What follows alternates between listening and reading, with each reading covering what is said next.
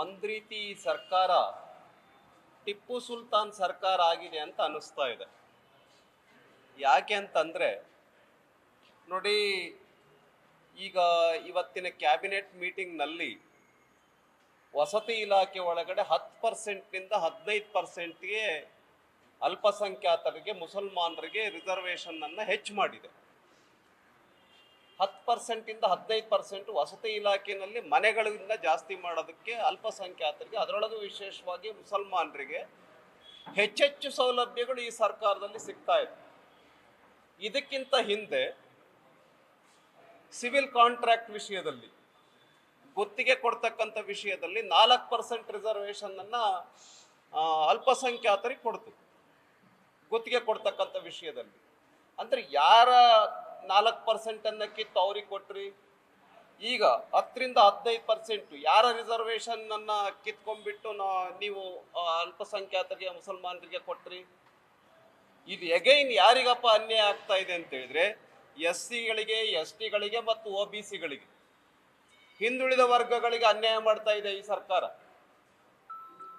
ಒಂದ್ ರೀತಿ ಟಿಪ್ಪು ಸುಲ್ತಾನ್ನ ಆಡಳಿತ ಕರ್ನಾಟಕ ರಾಜ್ಯದಲ್ಲಿ ನಡೀತಾ ಇದೆ. ವಿಪರೀತ ತುಷ್ಟೀಕರಣ, ಅನ್ಯಾಯದ ಪರಮಾವಧಿ.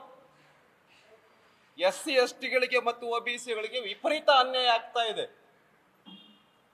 ಬರೀ ಅನುಕೂಲತೆಗಳು ಸಿಗ್ತಾ ಇದೆ ಯಾರಿಗೆ ಅಂತ ಹೇಳಿದ್ರೆ ಅಲ್ಪಸಂಖ್ಯಾತರಿಗೆ.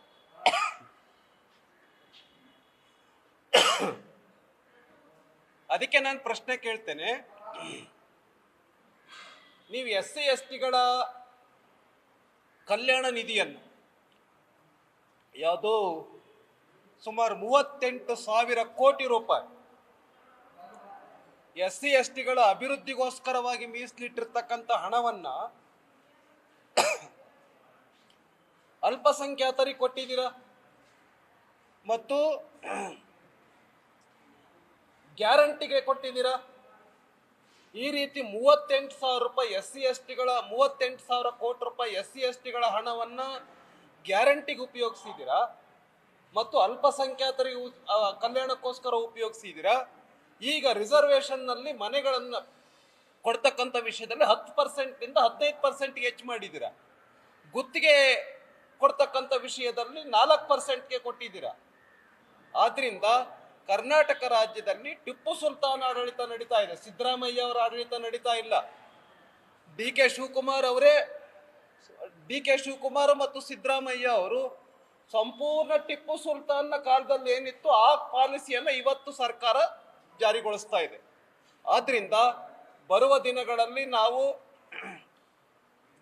ಈ ರೀತಿ ಅಲ್ಪಸಂಖ್ಯಾತ ತುಷ್ಟೀಕರಣವನ್ನು ಏನ್ ಮಾಡ್ತಾ ಇದೆ, ಈ ಕುರಿತಂತೆ ಭಾರತೀಯ ಜನತಾ ಪಾರ್ಟಿ ಮುಂದಿನ ದಿನಗಳಲ್ಲಿ ಹೋರಾಟವನ್ನ ಮಾಡುತ್ತೆ. ಕೂಡಲೇ ವಾಪಸ್ ತೆಗೆದುಕೊಳ್ಬೇಕು ಅಂತ ಹೇಳಿ ಭಾರತೀಯ ಜನತಾ ಪಾರ್ಟಿಯಿಂದ ಸಿದ್ದರಾಮಯ್ಯ ಅವರಿಗೆ, ಮಾನ್ಯ ಮುಖ್ಯಮಂತ್ರಿಗಳಲ್ಲಿ ನಾವು ವಿನಂತಿಯನ್ನ ಮಾಡ್ತೇವೆ, ಆಗ್ರಹ ಪಡಿಸ್ತೇವೆ.